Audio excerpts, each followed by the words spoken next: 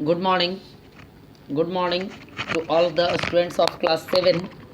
आज जो है मैं आप लोगों के लिए फिर से लेके जो टॉपिक आया हूँ वो पहले का ही लेसन है ना। आप लोगों के लिए मैं फिर से लेके आया हूँ लेसन नंबर फर्स्ट जिसका नाम क्या था, तो नाम था द लैंग्वेज ऑफ केमिस्ट्री। इसी लेसन को मैं आज आप लोगों को आप ही के बुक से द लैंग्वेज ऑफ केमिस्ट्री के बुक से मैं पढ़ाने जा रहा हूँ आप लोगों को।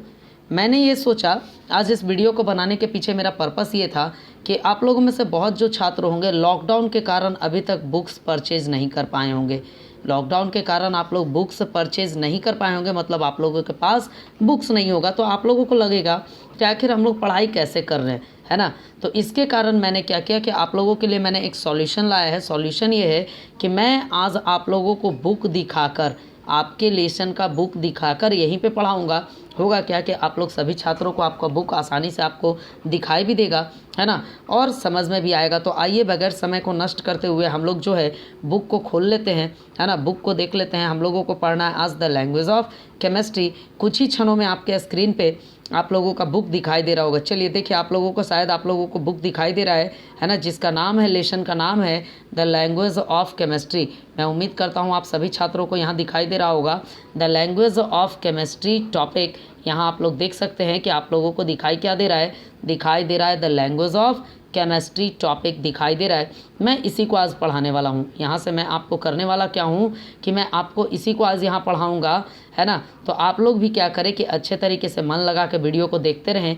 वीडियो को देखने में बेनिफिट आपका ये होगा कि आपको मैं जो बताऊँगा आपको आज आपके बुक से मैं बताने वाला हूँ, है ना। तो जो भी मैं बताऊंगा एकदम सटीक बताऊंगा। आपके बुक से एक एक टॉपिक को मैं डिस्कस करूंगा, तो आप लोग अपने बुक को अच्छे तरीके से देखें। चलिए आज मैं सबसे पहले बात कर लेता हूं द लैंग्वेज ऑफ केमिस्ट्री क्या होता है, इसका मतलब क्या हुआ। इसका मतलब हुआ कि रसायन की भाषा। इसका मतलब हुआ रसायन की भाषा, इसके बारे में हम लोग जानना है।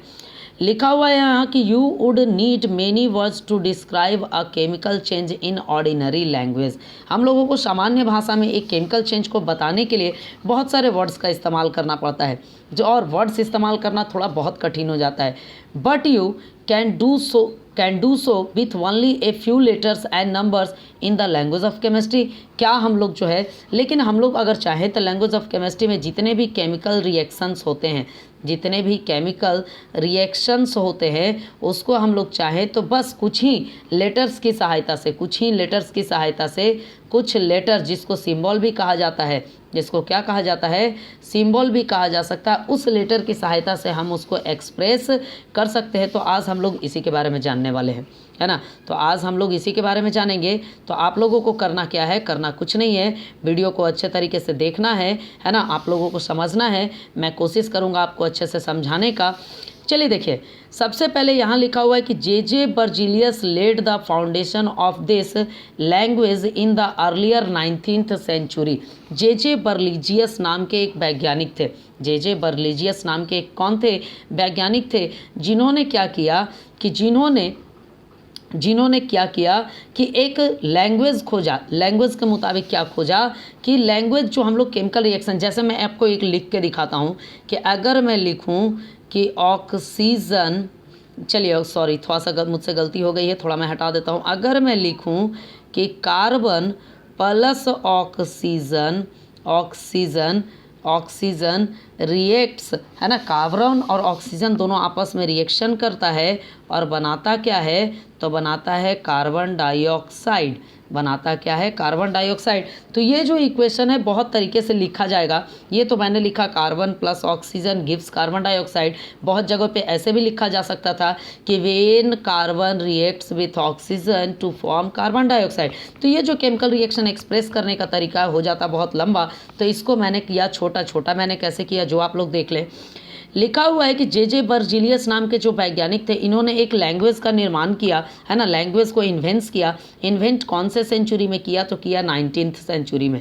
कौन से सेंचुरी में किया, 19th सेंचुरी में किया, है ना, मतलब 19वीं शताब्दी में इसका खोज किया गया, है ना, जिससे कि इसको आसान बना के लिखा जाए।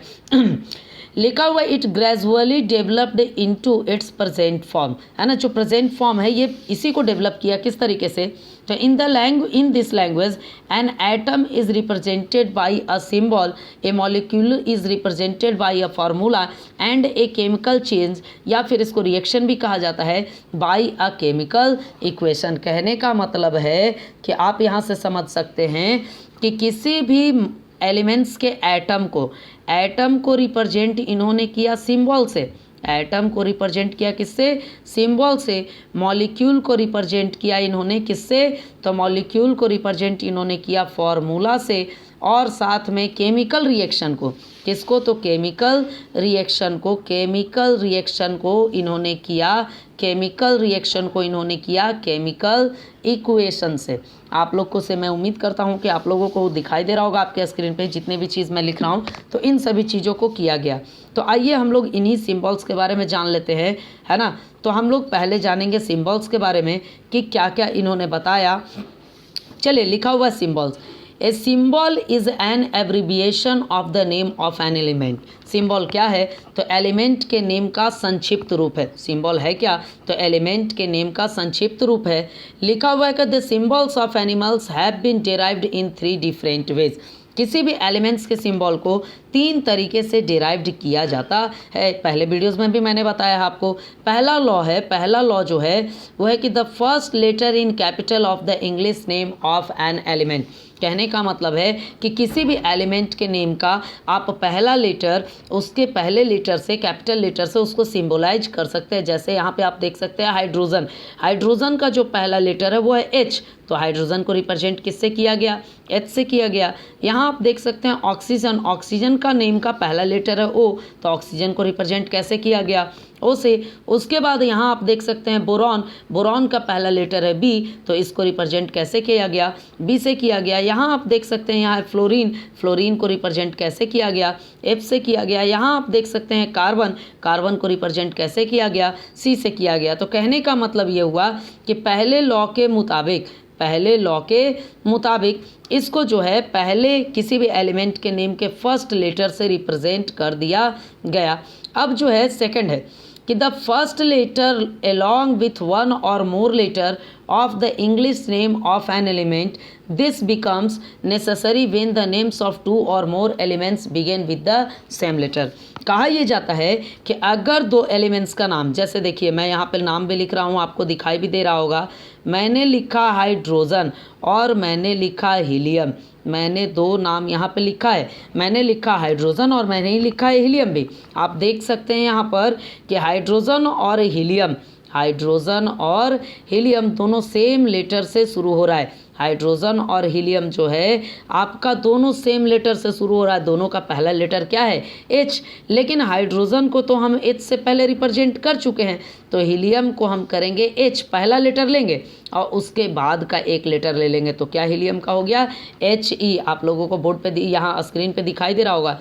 उसी तरीके से यहाँ लिखा हुआ है कि दूसरा जो नियम है वो क्या, कि जब कोई एलिमेंट, 2 या 2 से अधिक एलिमेंट सेम लेटर नेम से शुरू होता है, तब उसके नेम का पहला लेटर और साथ में किसी और लेटर को लेके उसको सिंबलाइज कर दिया जाता है। जैसे देखें यहाँ पे लिखा हुआ है हीलियम, तो हीलियम शुरू होता है एच से, तो इसको रिप्रेजेंट किया गया एच ई से।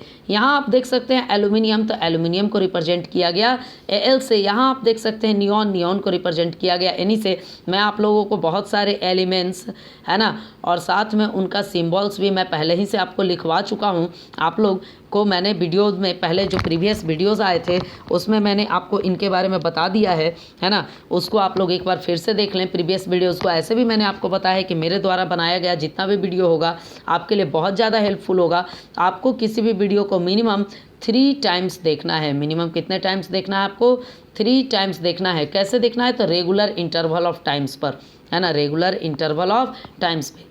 तो चलिए हम लोग आगे देखते हैं इसी में कि क्या है ना। इसी में क्या है कि आपको अब क्या करना है कि आपको देखना है तीसरा नियम, है ना। तीसरा नियम आप लोगों को देखना है कि तीसरे नियम में क्या है।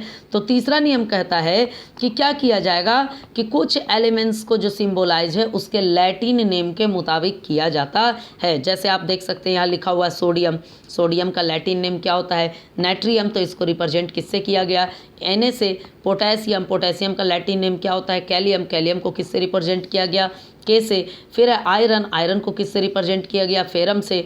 कॉपर, कॉपर को किससे रिप्रेजेंट किया गया क्यूपरम से। सिल्वर, सिल्वर को रिप्रेजेंट किससे गया अर्जेंटम से। टीन, टीन को रिप्रेजेंट किया गया लैटिन नेम है स्टेनम तो किया गया एसन से। गोल्ड का लैटिन नेम है ऑरम तो उसको रिप्रेजेंट किया गया एयू से। लीड का लैटिन नेम है प्लम्बम तो इसको रिप्रेजेंट किया गया पीबी से। मरकरी का लैटिन नेम है हाइड्रेजीरम तो इसको रिप्रेजेंट किया गया एचजी से। मतलब कुछ एलिमेंट्स ऐसे भी होते हैं जिसको उनके लैटिन नेम्स से रिप्रेजेंट किया जाता है। तो ये था आपके बुक का पहला पेज। अब हम लोग आ जाते हैं दूसरे पेज की ओर, है ना। दूसरा पेज में हम लोग देखेंगे कि क्या कैसे किया गया, इसके बारे में हम लोग जानेंगे। तो चलिए आप लोगों को मैं दिखाता हूँ जो आप लोग बढ़िया से देखेंगे, है ना। तो यहाँ से आप लोग देख सकते हैं लिखा हुआ है कि what does a symbol represent. जैसे मान लीजिए कि अगर लिख दिया मैंने एच, तो इच एच से क्या क्या रिप्रेजेंट होता है। तो मैंने आपको बताया था प्रीवियस वीडियो में कि एच से रिप्रेजेंट हुआ 1 एटम ऑफ हाइड्रोजन। इससे रिप्रेजेंट पहले क्या हो गया, इससे हुआ 1 एटम ऑफ हाइड्रोजन, ये रिप्रेजेंट इससे हुआ, है ना। इसके बाद हम लोग आ जाते हैं, पढ़ के देखते हैं इसको। लिखा हुआ the symbol of elements represent the following. एक एलिमेंट का सिंबल जो रिप्रेजेंट करता है उसको देख लेते हैं। नंबर 1 में an element is particular. Symbol जो रिप्रेजेंट होता है किसी पर्टिकुलर एलिमेंट को रिप्रेजेंट करता है। सिंबल जो होता है वो क्या करता है, किसी पर्टिकुलर एलिमेंट को रिप्रेजेंट करता है। For example you know that the symbol of sodium is Na and that of chlorine is Cl। आप लोग जानते हैं कि सोडियम का सिंबल होता है Na। क्यों? क्योंकि सोडियम का जो लैटिन नेम होता है वो क्या होता है नाइट्रियम, है ना। सोडियम का जो लैटिन नेम होता है क्या होता है नाइट्रियम। और नाइट्रियम के मुताबिक सोडियम को रिप्रेजेंट किससे किया जाता है Na से किया जाता है। तो आप लोगों को दिखाई दे रहा होगा लिखा हुआ so instead of saying that the compound common salt is made up of the elements sodium and chlorine. इसका मतलब है कि जो हमारा कंपाउंड है, कौन कंपाउंड है, तो कॉमन सॉल्ट ये बना हुआ है किससे तो बना हुआ है सोडियम से और बना हुआ है किससे क्लोरीन से। You can say that it is made up of Na and Cl। आप ये भी कह सकते हैं कि सोडियम क्लोराइड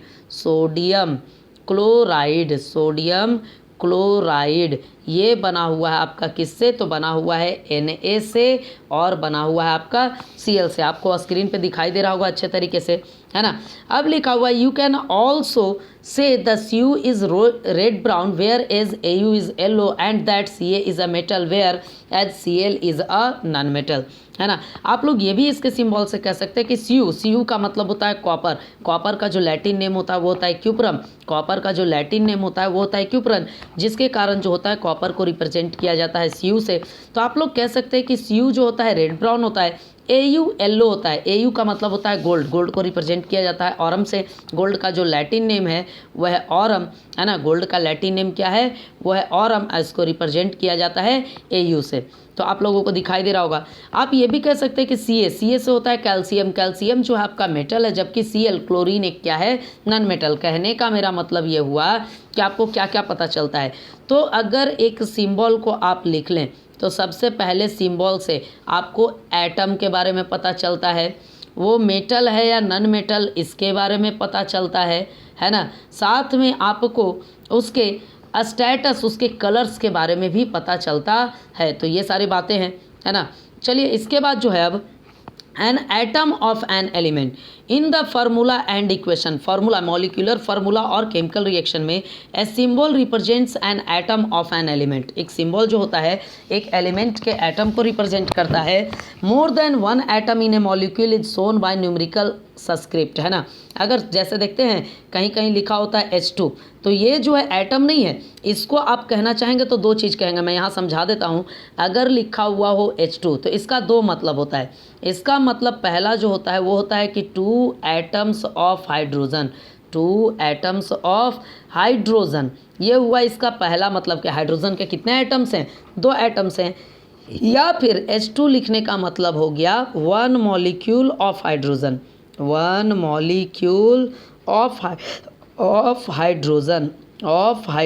मैं उम्मीद करता हूँ आप लोगों को समझ में आ रहा होगा, मेरी आवाज़ सुनाई जा रही होगी, आप लोगों को स्क्रीन भी अच्छे से दिखाई दे रहा होगा। तो ये रिप्रेजेंट करता है। अब इसी लेसन के अगले सेक्शन में हम लोग बढ़ जाते हैं, जो सेक्शन है फार्मूला का। जो सेक्शन किसका है? फार्मूला का सेक्शन है। इसमें हम लोग देख लेते हैं, लिखा हुआ है कि atoms usually do not exist independently, है ना। एटम जो होता है मुक्त अवस्था में नहीं पाया जाता, परमाणु जो होता है आपका मुक्त अवस्था में नहीं पाया जाता है। इसके बाद लिखा हुआ है कि they generally combine among themselves to form molecules. इसी के कारण ये जो होते हैं आपस में ही, है ना, कंबाइन कर जाते हैं और फॉर्मेशन किसका कर देते हैं? तो फॉर्मेशन कर देते हैं, मॉलिक्यूल का फॉर्मेशन कर देते हैं। आप लोगों को समझ में आ रहा होगा, है ना। अब देखिए, a molecule is the smallest part of an element और a compound that can exist independently. Molecule जो होता है किसी एलिमेंट का या किसी कंपाउंड का वैसे सबसे छोटा कण होता है जो आपके मुक्त अवस्था में पाया जाता है। इसके बाद जो आपका है ना, इसके बाद जो है वो है क्या कि it is represented by a formula. It is represented by a formula. Molecules को हमेशा फार्मूला से रिप्रेजेंट किया जाता है। मॉलिक्यूल्स को जो होता है हमेशा किससे रिप्रेजेंट किया जाता है? फार्मूला से रिप्रेजेंट किया जाता है। जैसे आप देखें, यहाँ लिख रहा हूँ मैं H और यहाँ मैं लिख रहा हूँ H2, तो ये जो H है रिप्रेजेंट करेगा एटम को, तो ये है सिंबल, है ना। और ये भी है सिंबल किसका? हाइड्रोजन का ही, लेकिन ये रिप्रेजेंट कर रहा है मॉलिक्यूल को, जिसके कारण इसको क्या कहेंगे हम लोग? कहेंगे फार्मूला। इसको हम लोग क्या कहेंगे? फार्मूला कहेंगे। आप लोग को स्क्रीन पे अच्छे से दिखाई दे रहा होगा। यहाँ लिखा हुआ है कि the formula of a molecules give the numbers of atoms of the same और different elements present in the molecule. Formula किसी मॉलिक्यूल का जो होता है क्या बताता है? तो बताता है उसमें कितने एटम्स आपके प्रेजेंट हैं, ये बताने का काम करता है ना। साथ में ये भी बताता है कि वो सेम एलिमेंट्स के या डिफरेंट एलिमेंट्स के हैं। चलिए आगे के सेक्शन में हम लोग फिर से बढ़ जाते हैं। अब है फार्मूला ऑफ एलिमेंट्स। अब जो हमको पढ़ना है वो है क्या? फार्मूला ऑफ एलिमेंट्स पढ़ना है हमको, है ना। तो आप लोग यहाँ से देखते रहें इसको। अब हमको पढ़ना है फार्मूला ऑफ एलिमेंट्स के बारे में। लिखा हुआ है कि when an atom of an element combined with another atoms of the same element A molecule of the element is formed. इसके बारे में देख ले, हम लोग यहाँ से समझ ले। लिखा हुआ ये है कि जब किसी एक एलिमेंट का एटम, जैसे ये है हाइड्रोजन, ये हाइड्रोजन से ही मिलेगा, है ना। हाइड्रोजन से मिलेगा तो ये बना देगा क्या? तो बना देगा हाइड्रोजन का मॉलिक्यूल। ये बना देगा क्या? हाइड्रोजन का मॉलिक्यूल बना देगा। और यही मॉलिक्यूल कहलाएगा क्या? तो कहलाएगा आपका फार्मूला ऑफ एन एलिमेंट। यही क्या कहलाएगा? कहलाएगा फार्मूला ऑफ, आपका फार्मूला ऑफ कहलाएगा एलिमेंट। आपको आपके स्क्रीन पे दिखाई दे रहा होगा, है ना। लिखा हुआ है कि for example 2 atoms of hydrogen combine to form a molecule of hydrogen. जो अभी मैंने बताया आपको कि जब 2 एटम हाइड्रोजन के आपस में मिल जाएंगे तो बनाएंगे क्या? बनाएंगे एक मॉलिक्यूल। किसका मॉलिक्यूल बनाएंगे? तो बनाएंगे हाइड्रोजन का मॉलिक्यूल। लिखा हुआ है कि the formula of hydrogen is H2 two wing the subscript showing the number of H atoms in the molecule. ये जो है आपका जो फार्मूला होता है उसको लिखे हाइड्रोजन के फार्मूला को कैसे? तो H2 से लिखे। और यही H2 जो है आपको बताता है एलिमेंट्स के फार्मूला के बारे में, है ना। यही H2 आपको बताता है क्या? तो फार्मूला ऑफ एलिमेंट्स के बारे में। और ये जो 2 है ये सब्सक्रिप्ट है, ये बताता है क्या? कि नंबर ऑफ हाइड्रोजन एटम्स वहाँ कितने हैं।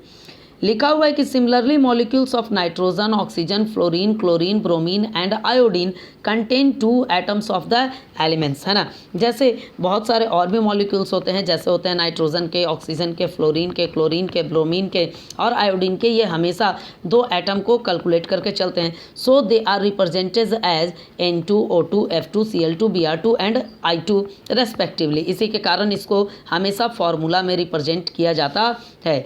As these molecules have 2 atoms of the element, they are said to be diatomic। अगर वैसे फार्मूला एलिमेंट के जिसमें कि आपके 2 एटम्स पाए जाते हैं उनको कहा जाता है डाई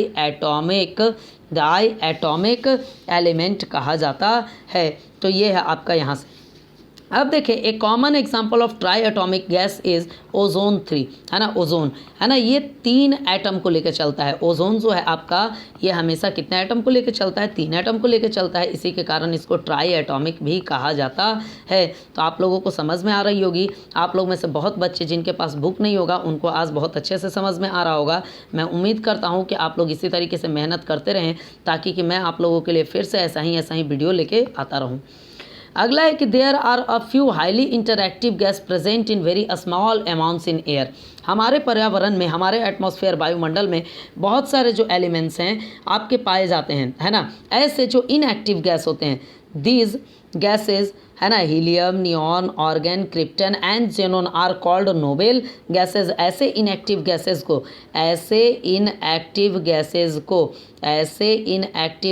को क्या कहा जाता है, तो कहा जाता है नोबल गैस कहा जाता है। कैसा गैस कहा जाता है, तो कहा जाता है नोबल गैस कहा जाता है। तो ये बातें हैं, यहाँ तक आप लोग देख सकते हैं, इसको समझ सकते हैं, है ना। मैं कोशिश कर रहा हूँ कि आप लोगों को हर एक टॉपिक समझ में आए, है ना, तो आप लोगों को इसको देखते रहना अच्छे तरीके से। अब देखिए यहाँ पे लिखा हुआ है कि a molecule of a noble gas contain only 1 atom of the element. एक नोबेल गैस जो होता है वो सिर्फ एलिमेंट के एक ही एटम को कैरी करता है। इन अदर वर्ड, दूसरे शब्दों में, noble gases are mono atomic. दूसरे शब्दों में ये हम कहें तो क्या कहेंगे कि नोबेल गैस जो है कैसा है, तो आपका मोनो एटॉमिक होता है। So the formula of a gas, noble gas is the same as it symbol. तो नोबेल गैस का जो फॉर्मूला होता है ठीक उसके सिंबल के जैसा ही होता है। तो ये है यहाँ तक की बातें। अब चलिए आगे हम लोग चलते हैं, है ना, आगे थोड़ा और कंप्राइज करते हैं हम लोग और सीखने का प्रयास करते हैं, है ना। आप लोग जितना चाहेंगे उतना सीख सकते हैं। मैं कोशिश करूँगा आप लोगों को कि अच्छे तरीके से आप लोग सीख लें। अब जो है, अब पढ़ना हमको वैलेंसी, किसके बारे में, तो valency, the combining capacity of an element के बारे में हम लोगों को पढ़ना है। लिखा हुआ है कि वेन एटम्स और 2 और more elements combine A molecule of A compound is formed. जब 2 या 2 से अधिक एलिमेंट का एटम्स कंबाइन करता है तो हमको कंपाउंड का मॉलिक्यूल मिलता है। मॉलिक्यूल किसका मिलता है, कंपाउंड का। The capacities of these elements to combine with each other determine the formula of the compound form. अब क्या होता है कि एलिमेंट्स के जितने एटम के साथ कंबाइन किया तो उसी कंबाइन कैपेसिटी के कारण हमको मिलता क्या है, मिलता है कंपाउंड। तो कंपाउंड का अपना होता है मॉलिक्यूलर फार्मूला। आप लोगों को मैंने मॉलिक्यूलर फार्मूला भी लिखना बताया है ना। पहले के प्रीवियस वीडियोस को आप देखें। प्रीवियस वीडियोस जब आप देखेंगे तो आप उसमें देखेंगे कि कैसे मैंने आपको मॉलिक्यूल्स के ये कंपाउंड के मैंने आपको क्या लिखना सिखाया है, तो कंपाउंड का मैंने मॉलिक्यूलर फार्मूला भी लिखना सिखाया है। फिर से आप लोग यहाँ देख सकते हैं, लिखा हुआ है कि the capacity of an element to combine with other elements is known as its valency, है ना। किसी एलिमेंट की कंबाइनिंग कैपेसिटी को, किसी एलिमेंट की कंबाइनिंग कैपेसिटी को ही हम लोग क्या कहते हैं उसका वैलेंसी कहते हैं। It will be evident from the following that the combining capacity of all elements are not the same. यहाँ से आप ये भी देख सकते हैं कि जितने भी एलिमेंट्स होते हैं सबका कंबाइनिंग कैपेसिटी जो होता है एक जैसा नहीं होता है। जैसे देखें यहाँ, 1 atom of chlorine combines with 1 atom of hydrogen to form a molecule of hydrogen chloride. एक एटम आपका क्लोरीन का और एक एटम अगर आपका हाइड्रोजन का आपस में मिलता है तो बनाता है मॉलिक्यूल किसका, तो बनाता है हाइड्रोजन क्लोराइड का। आप लोगों को अच्छे से दिखाई दे रहा होगा कि अगर एक एटम हाइड्रोजन का मिल जाता है एक एटम क्लोरीन के साथ तो बनाता है क्या, तो बनाता है हाइड्रोजन क्लोराइड का एक मॉलिक्यूल। और ये क्या है, तो ये रिप्रेजेंट करता है मॉलिक्यूल को। ये रिप्रेजेंट किसको करता है, तो करता है मॉलिक्यूल को, है ना। ये रिप्रेजेंट किसको करता है, मॉलिक्यूल्स को करता है। जबकि आपका H रिप्रेजेंट करता है एटम को, है ना। और Cl भी रिप्रेजेंट करता है किसको, तो Cl भी रिप्रेजेंट करता है किसको, एटम को, है ना। Cl भी रिप्रेजेंट करता है एटम को, जबकि HCl आपका रिप्रेजेंट करता है मॉलिक्यूल को। रिप्रेजेंट करता है ये किसको, मॉलिक्यूल को रिप्रेजेंट करता है। किसका, मॉलिक्यूल को, तो इसको कहते हैं हाइड्रोक्लोरिक एसिड। इसको कहते हैं हाइड्रोक्लोरिक एसिड कहा जाता है। आप लोगों के मोबाइल स्क्रीन पे अच्छे से दिखाई दे रहा होगा, है ना, मैं उम्मीद करता हूँ। चलिए अब इसके बाद जो है आप लोगों को और भी बहुत सारी चीज़ें सीखना है, लेकिन आज मैं इसी पेज तक आप लोगों को छोड़ देता हूँ, है ना। इसके बाद जो कल जो वीडियो आपके लिए लेके आऊँगा वो आपके लिए और भी बहुत ज़्यादा हेल्पफुल होगा। आप लोग अच्छे तरीके से वीडियो को देखते रहिए, समझते रहिए, ताकि मैं आपके लिए नए नए प्रकार के वीडियोज़ को लाता रहूँ। वीडियोज़ को मैं लाता रहूँगा, आप लोग अच्छे तरीके से स्टडी करते रहेंगे। तो अभी थोड़ा सा हम लोग बात कर लेते हैं होमवर्क का, कि आप लोगों को होमवर्क में क्या बनाना है। तो आप लोगों को मैंने मॉलिक्यूलर फार्मूला लिखने को बताया था, है ना। तो मॉलिक्यूलर फार्मूला लिखने के दौरान मैंने आपको रेडिकल्स बताया था। मॉलिक्यूलर फार्मूला लिखने के दौरान मैंने आपको क्या बताया था, मैंने आपको रेडिकल्स के बारे में नॉलेज दिया था। तो आप लोगों को क्या करना है कि रेडिकल्स को ही उसके वैलेंसी के साथ आपको याद कर लेना है। रेडिकल्स को ही उसके वैलेंसी के साथ विथ वैलेंसीज आपको याद कर लेना है। और जितना भी फेयर कॉपी है, मैं फिर से आप सभी से रिक्वेस्ट करूंगा, है ना, कि जितना भी फेयर कॉपी आप लोग बना चुके हैं, मैं यहाँ पे फिर से अपना व्हाट्सअप नंबर आप सबों को सामने दे रहा हूँ अपना, कि ताकि आप लोगों को ज़्यादा परेशानी का सामना ना करना पड़े, है ना। मैं अपना फिर से व्हाट्सअप नंबर आप लोगों के सामने दे रहा हूँ, है ना। आप लोगों को व्हाट्सअप नंबर पे बनाकर, है ना, मेरे व्हाट्सअप नंबर पे आज शाम तक ही भेजना है ना। व्हाट्सअप नंबर आप लोग देख लीजिए 70 50 50 92 34, है ना। इस पे आपको क्या करना है, व्हाट्सअप पे मैसेज करना है, मतलब फ़ोटो खींच के, है ना, ताकि कि मैं आपका होमवर्क क्या कर दूं, चेक कर दूं, है ना। और आप लोगों को मेहनत से बनाते भी रहना है, फेयर कॉपी करते रहना है, फाइनल एग्ज़ाम के लिए प्रिपेयर भी होते रहना है, सॉरी फर्स्ट टर्म एग्ज़ाम के लिए आपको प्रिपेयर भी होना है, क्योंकि फर्स्ट टर्म एग्ज़ाम में इस लेसन से लगभग आपको 15 मार्क्स का क्वेश्चन आएगा। लगभग आपको कितना मार्क्स का क्वेश्चन आएगा, 15 मार्क्स का। और साथ में आप लोगों को रिव्यू देना है। क्या देना है, रिव्यू देना है आप लोगों को। रिव्यू क्या देना है कि मैं जो आज आप लोगों का ऑनलाइन क्लास लिया उसमें आपको समझ में आया या नहीं, मतलब मैंने कैसा काम आपके लिए किया उसके बारे में भी आपको रिव्यू देना है। तो आज के वीडियो में आपके लिए इतना ही। आप लोग ध्यान से देखते रहें कि आप लोगों को कैसा समझ में आया, है ना। आप लोग मुझे बताएं। आप लोग घर में रहें, सुरक्षित रहें। थैंक्स।